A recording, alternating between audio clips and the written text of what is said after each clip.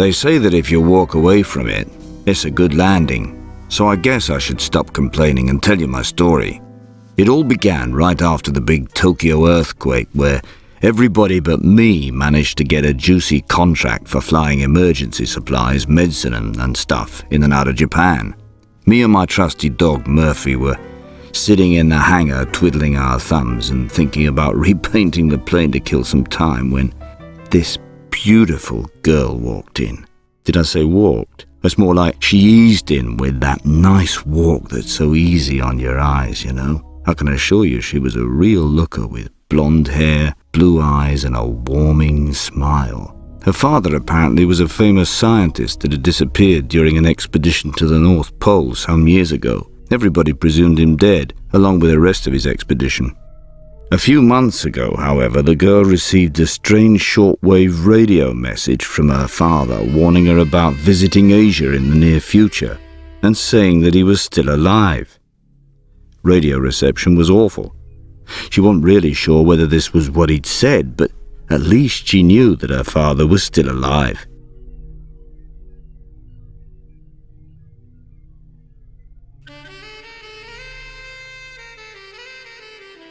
She spent a couple of weeks trying to convince her father's colleagues to investigate, but apparently he wasn't too popular in the scientific community, if you know what I mean, and he was considered something of an eccentric by his peers.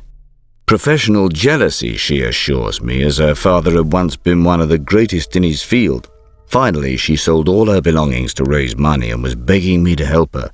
Help me find my father before he too succumbs to the cold of the Arctic. I'll give you everything I own. Well, what could I say? See, I've got this thing about damsels in distress, and I'm a sucker for that blonde, blue-eyed Scandinavian type. So I accepted. Of course, I also needed the money.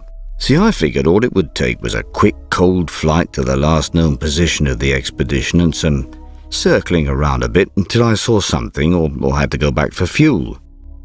Soon as we started to approach the last known location, things started to turn sour. Murphy started growling in his sleep. I know it might sound a bit superstitious, but if Murphy senses something's wrong, I trust his senses. That dog saved my hide so many times it's frightening. Let's just say I started getting really worried about that sleepy growling. Not long after that, the compass started acting up on me, pointing in crazy directions and spinning like mad. The radio sounded like a thick carpet of noise with eerie whispers coming in when the noise subsided. I started getting this prickly sensation on the back of my neck and broke out in a sweat. Despite the chill in the cockpit, the plane was engulfed in a thick fog that seemed impossible to climb out of. I've never seen anything like it in all my flying days. Day turned to night and then back again in what seemed like a matter of minutes. The final straw was when the engine started coughing, seemingly unable to work in this thick soup of fog. I started looking for a level place to park my bird when from out of nowhere, this cliff appeared. By jerking the stick to the right, I managed to nosedive straight into the ocean. Luckily, we were both thrown out of the plane and into the water with only minor scratches. So, when I broke the surface, I immediately spotted Murphy standing on land nearby. Engulfed by this mysterious and sickening fog, I started to hear creepy disembodied noises. This wasn't the Arctic that I'd read about. Where were we? What was this place? And how the hell would we be able to get out of here? Not to mention saving this old professor type, if he was still alive. I should have listened to Murphy's growl and turned the plane around.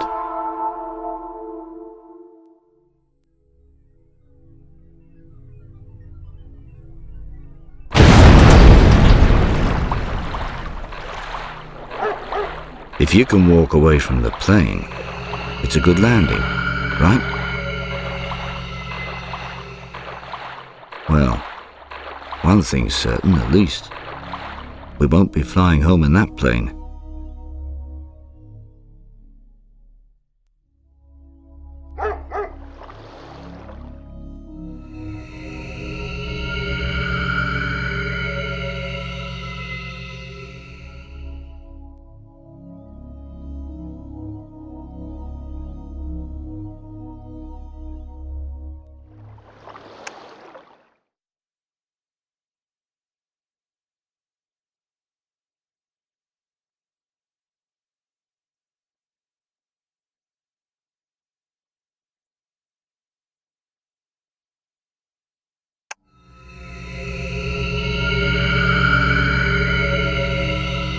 Yeah, there's a good dog.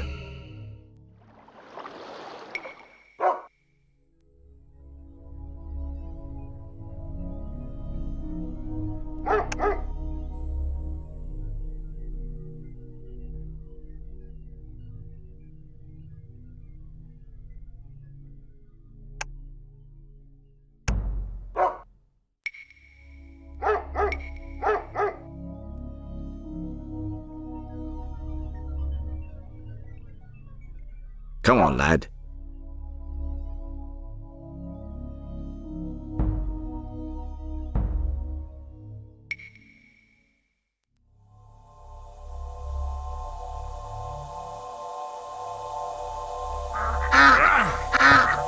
I thought penguins only lived at the South Pole.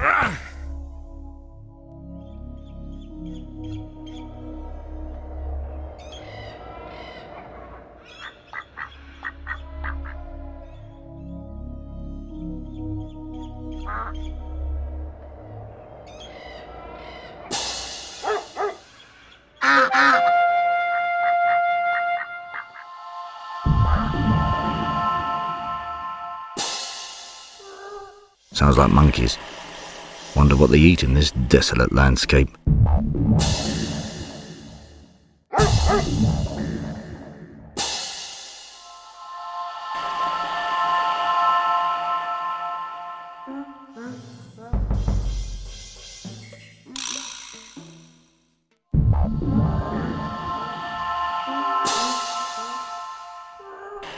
Oh.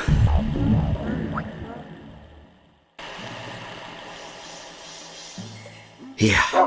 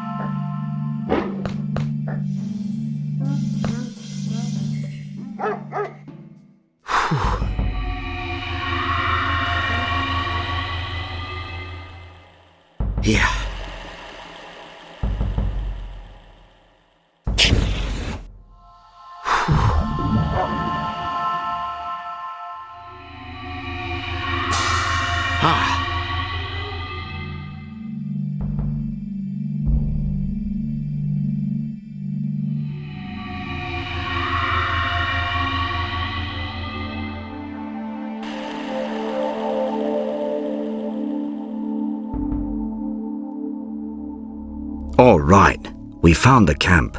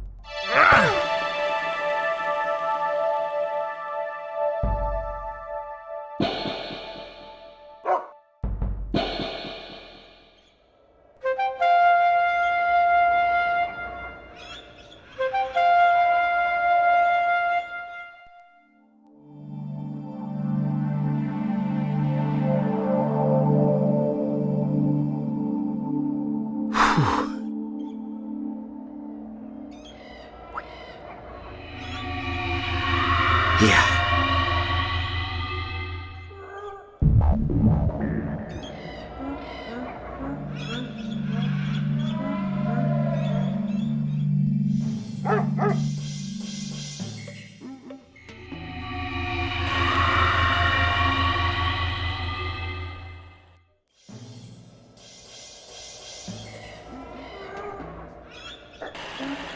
Ow! Ow!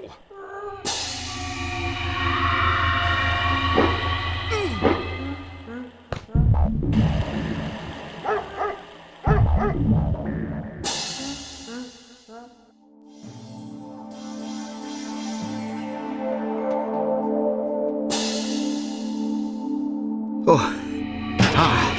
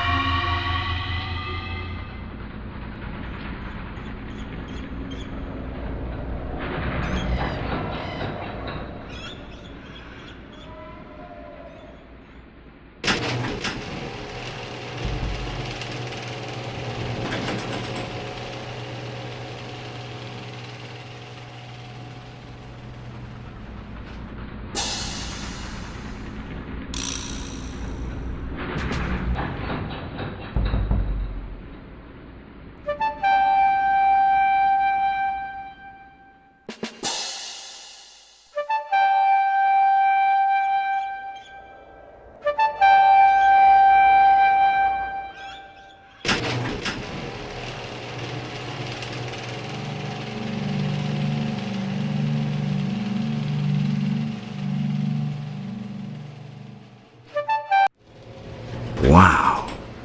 Whoever built this had taste. Yeah, Murphy. I'm sure it's perfectly safe for dogs.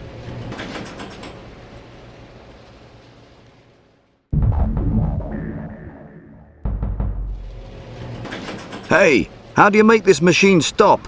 I want to get off.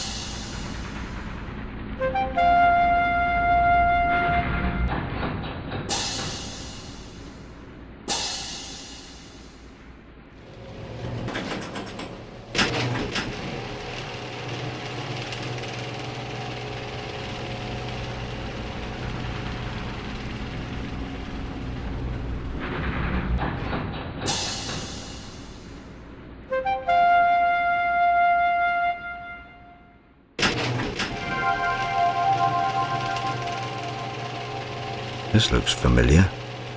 I hope there aren't any of those crazy monkeys around.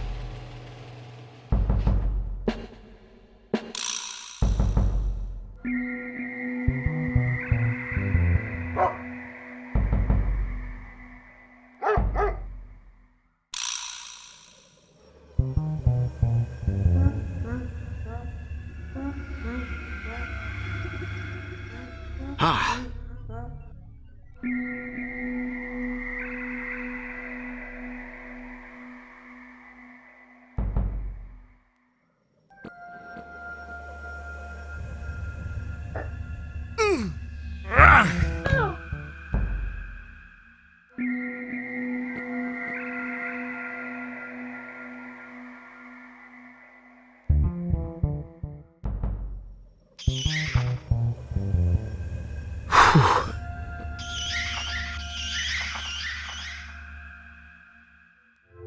Ah! Ow, ow, ow.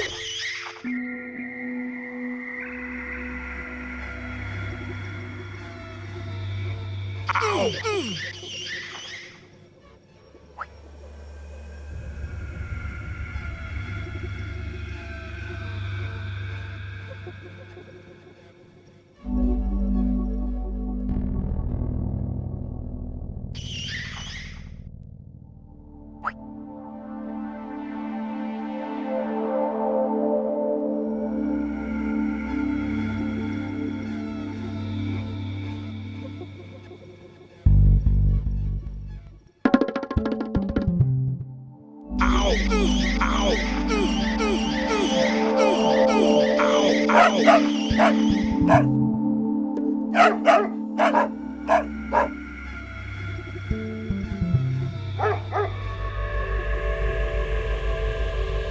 The daylight seems to come and go in a matter of minutes here.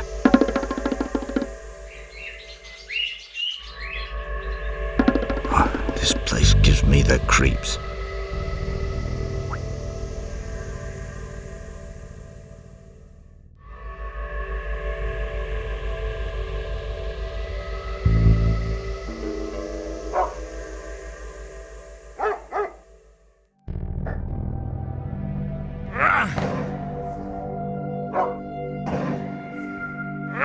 Looks like something's lying among the calcaloids.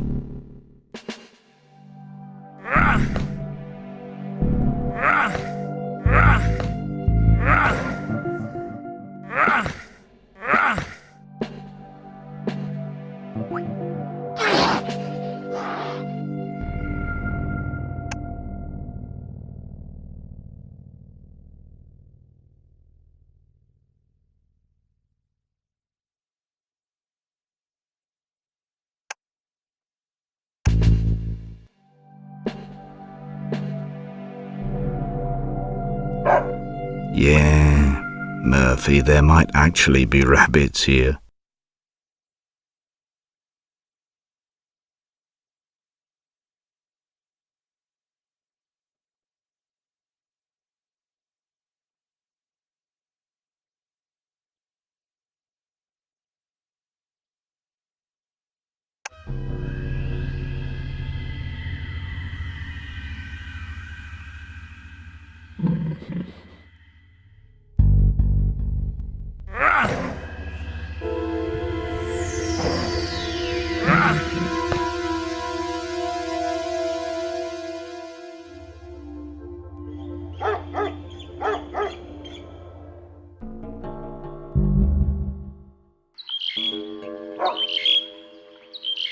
Oh.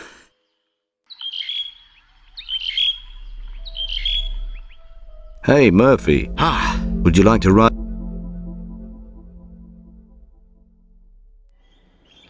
Maybe we should scratch the plan to steal a Zeppelin. The owners seem kind of hostile to me.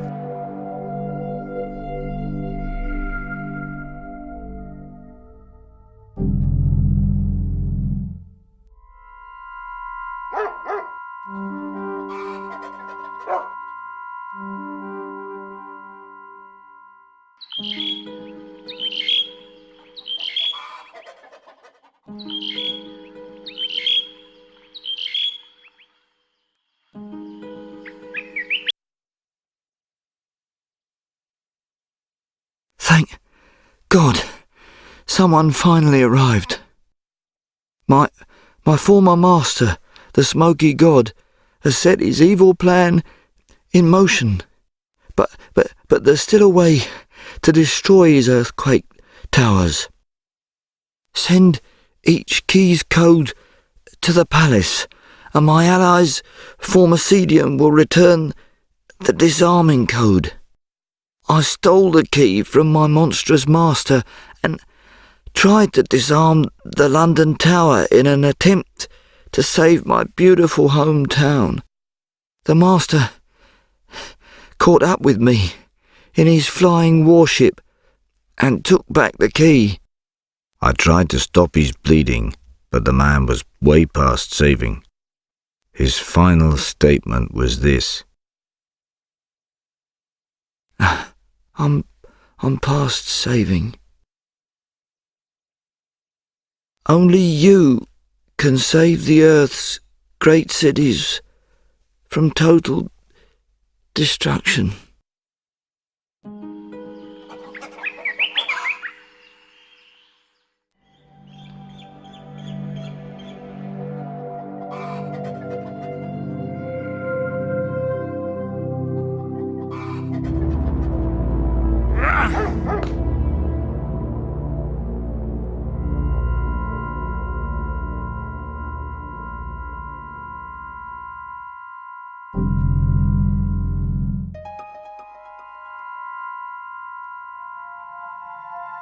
This landscape looks like nothing on Earth. Where do you think we actually are? Ah!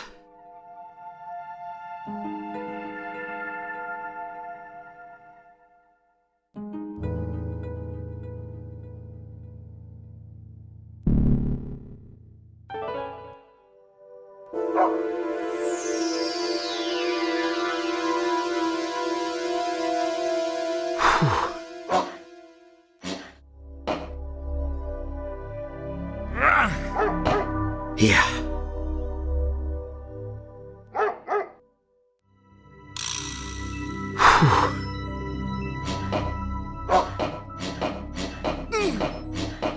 Yeah.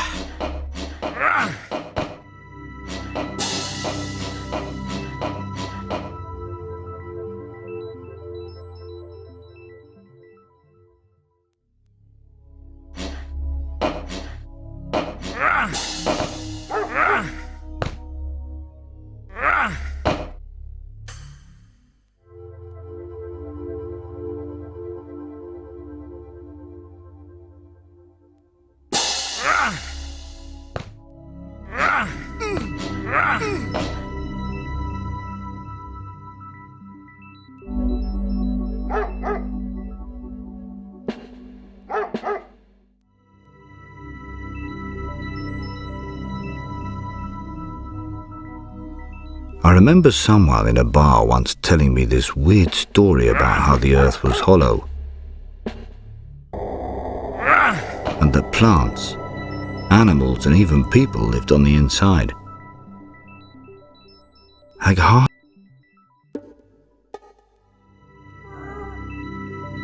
Watch out, Murphy. Monkey warning.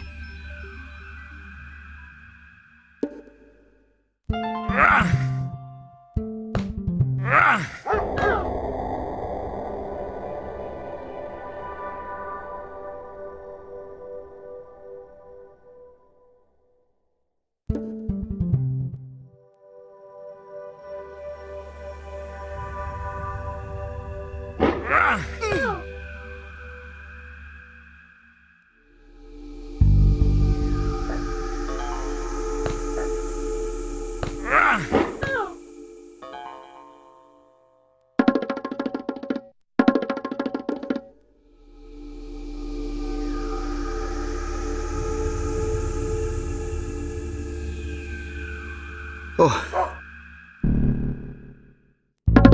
Come on, lad. Yeah.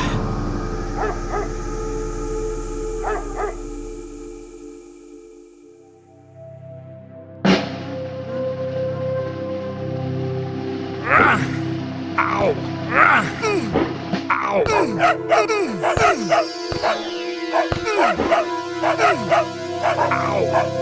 Ah!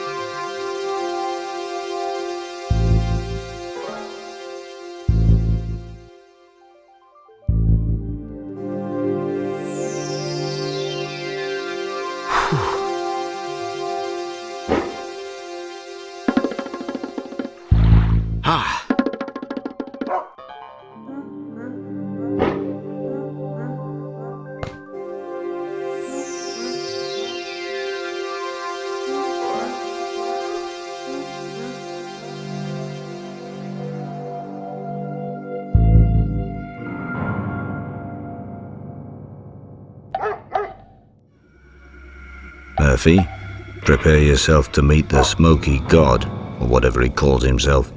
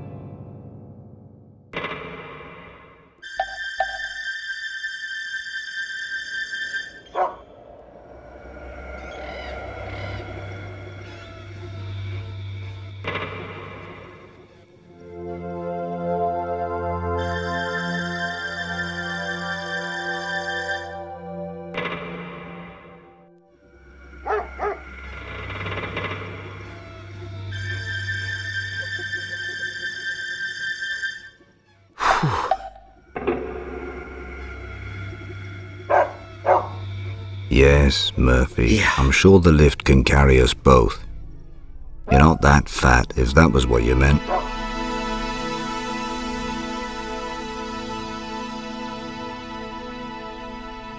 No, Murphy. I don't think we're in Kansas anymore.